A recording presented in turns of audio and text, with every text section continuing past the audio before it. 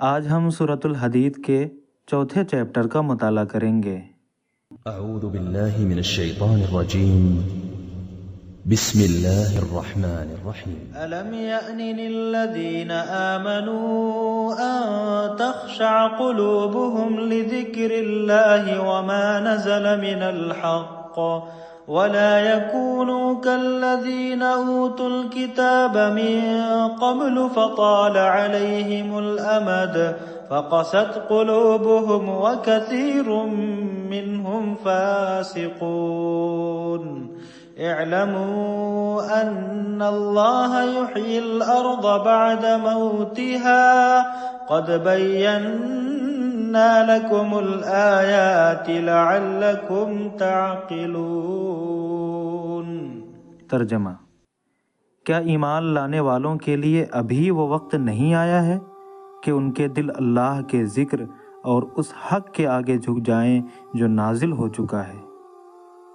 اور اہل ایمان کو ان یہود کی طرح نہیں ہو جانا چاہیے جنہیں اس سے پہلے کتاب یعنی تورات دی گئی، پھر ان پر ایک لمبا زمانہ گزرا تو ان کے دل سخت ہو گئے اور ان میں سے اکثر نافرمان ہیں۔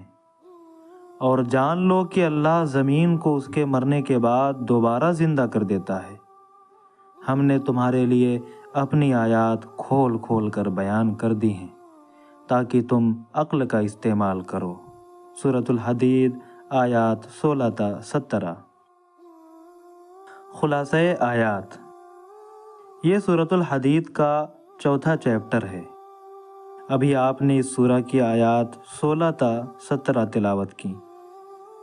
پہلی آیت میں اللہ تعالیٰ فرماتے ہیں: أَلَمْ يَأْنِ الَّذِينَ آمَنُوا أَن تَخْشَعَ قُلُوبُهُمْ لِذِكْرِ اللَّهِ وَمَا نَزَلَ مِنَ الْحَقِّ۔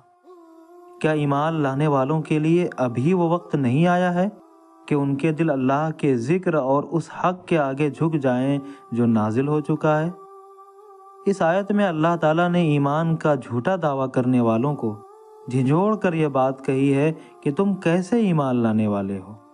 کیا اہل ایمان ایسے ہی ہوتے ہیں کہ اللہ کے دین پر برا وقت آئے اور وہ اس کی ذرا سی ٹیس بھی اپنے دل میں محسوس نہ کریں؟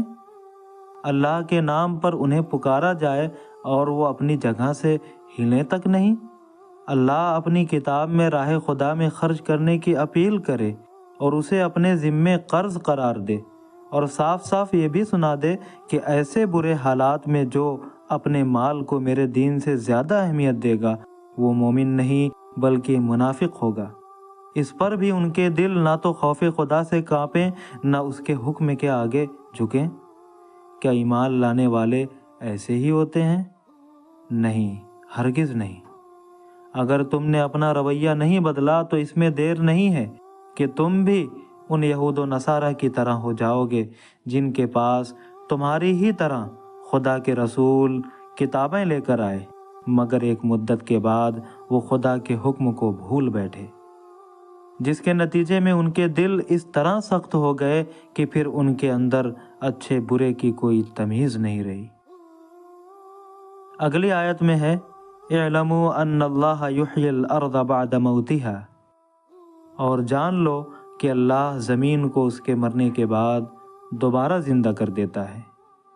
اس آیت میں اللہ تعالیٰ زمین کی موت کے بعد اس کی زندگی کا ذکر کر کے یہ ثابت کر رہے ہیں کہ جس طرح تم دیکھتے ہو کہ زمین بالکل مردہ ہو جاتی یعنی سوکھ جاتی ہے، پھر بارش ہونے کے بعد یکایک رنگ برنگے پیڑ پودے اگ آتے ہیں، ٹھیک اسی طرح تم بھی مرنے کے بعد دوبارہ زندہ کیے جاؤ گے۔